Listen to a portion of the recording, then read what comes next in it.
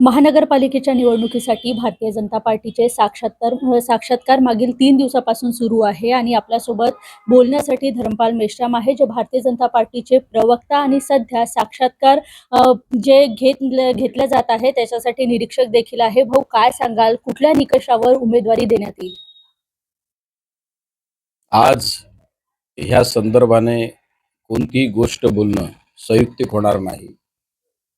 संपूर्ण डेटा पक्षाजवळ जमा झाल्यानंतर आणि सगळे साक्षात्कार आटपल्यानंतर एखाद्या निष्कर्षाप्रत बोलणं संयुक्तिक होईल असं मला वाटतं. आज ही सगळी प्रक्रिया सुरू आहे. अनेक पदाधिकाऱ्यांनी, कार्यकर्त्यांनी, नेत्यांनी आणि सामान्य जनतेने देखील सामाजिक, राजकीय, धार्मिक, शैक्षणिक अशा विविध क्षेत्रात काम करणाऱ्या लोकांनी देखील भारतीय जनता पक्षाकडे उमेदवारी मागितलेली आहे. नागपूर शहराचे खासदार, केंद्रीय मंत्री आदरणीय नितीनजी गडकरी, महाराष्ट्र राज्याचे दूरदृष्टी असलेले कर्तृत्ववान मुख्यमंत्री आदरणीय देवेंद्रजी फडणवीस साहेबांचे शहर आहे.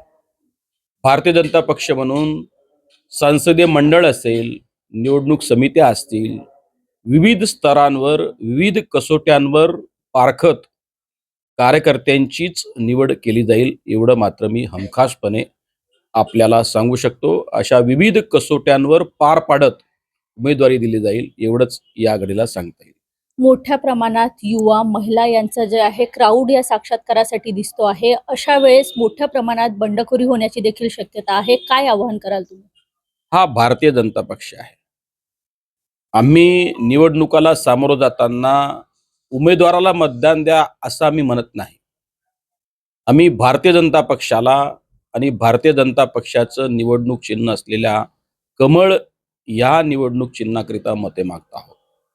या शहराचा विकास साधणं आणि ज्या आंतरराष्ट्रीय कीर्तीचं शहर, इमर्जिंग शहर होऊ पाहत आहे, झालेलं आहे, या शहराच्या विकासामध्ये हातभार लावता यावा यासाठी आम्ही मतं मागतो आहोत. आम्ही एखाद्या कार्यकर्त्याला मत द्या असं म्हणण्यापेक्षा, कार्यकर्ता हा महत्वाचा दुवा आणि धागा आहेच, परंतु या शहराच्या विकासाकरिता, या शहराच्या सर्वांगीण विकासाकरिता आणि या शहराला उंचीचे नवे परिमाण, उंचीच्या ज्या दिशेने शहर झेपावते आहे त्या शहराकरिता आम्ही मतं मागतो आहोत. त्यामुळे बंडखोरी असे वगैरे विषय भारतीय जनता पक्षामध्ये सहसा नसतात आणि काही प्रमाणात असले, नाराजी असेलही, संतोष असंतोष असेलही, तरी तो देखील थांबवण्याची क्षमता ही भारतीय जनता पक्षाच्या नेतृत्वात आहे. त्यामुळे असे विषय सामान्यतः भारतीय जनता पक्षामध्ये जन्मालाच येत नाही असं माझं ठाम मत आहे. युतीवर जे आहे अनेक प्रश्नचिन्ह उपस्थित होत आहे. काय सांगाल, युतीमध्ये निवडणूक होईल का आणि युतीसोबत पुढे जा? आत्ताच्या स्तरावर भारतीय जनता पक्षामध्ये तिकीट मागणाऱ्या नेत्यांची, कार्यकर्त्यांची, पदाधिकाऱ्यांची, सामान्य नागरिकांची एवढी गर्दी आहे की आम्हाला आमचं सांभाळायला कठीण आहे. त्यामुळे महायुतीच्या संदर्भाने चर्चा करणे आत्ताच्या घडीला योग्य होणार नाही. परंतु जो काही श्रेष्ठी निर्णय घेतील आणि या स्तरावर शहराच्या पातळीवर जे काही निर्णय होतील त्या दोन्ही गोष्टींचा समन्वय साधत या संदर्भाने चर्चा करणे योग्य होईल. आत्ता मात्र ती वेळ आलेली आहे असं मला वैयक्तिक स्तरावर देखील वाटत नाही. आपण जरी निरीक्षक असला तरी उत्तर नागपूरमधून तुम्ही देखील दावेदारी मागताय. काय सांगाल पूर्व नागपूरमधून? खरं तर मी दावेदार आहे की नाही हे जनतेने आणि पक्षाने ठरवायचं आहे. माझा निर्णय हा सर्वस्वी मी पक्ष नेतृत्वावर सोपवलेला आहे. जे काही होईल ते पक्ष नेतृत्वच त्या संदर्भाने निर्णय घेईल. आत्ता मात्र या संदर्भाने बोलणं संयुक्तिक होईल असं मला आत्ताच्या घडीला वाटत नाही.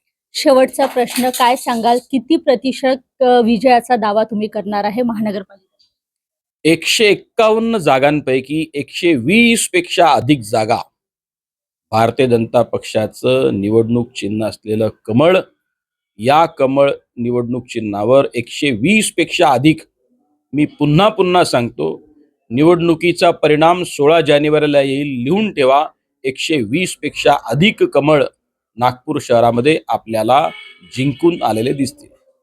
नक्कीच. तर आपल्यासोबत धनपाल मेश्राम होते, ज्यांनी सांगितलं की आम्ही असे उमेदवार देतोय आणि कार्यकर्त्यांना मतदान करा किंवा वोट द्या असं म्हणत नाही, तर भारतीय जनता पार्टीला नागपूरचा जर विकास करायचा असेल तर मतदान करा आणि 151 पैकी 120 ज्या जागा आहेत त्या भारतीय जनता पार्टीच्या विजयी होतील असा देखील दावा त्यांनी केलेला आहे. VKB न्यूजसाठी स्वीटी कांद्रेकर, नागपूर.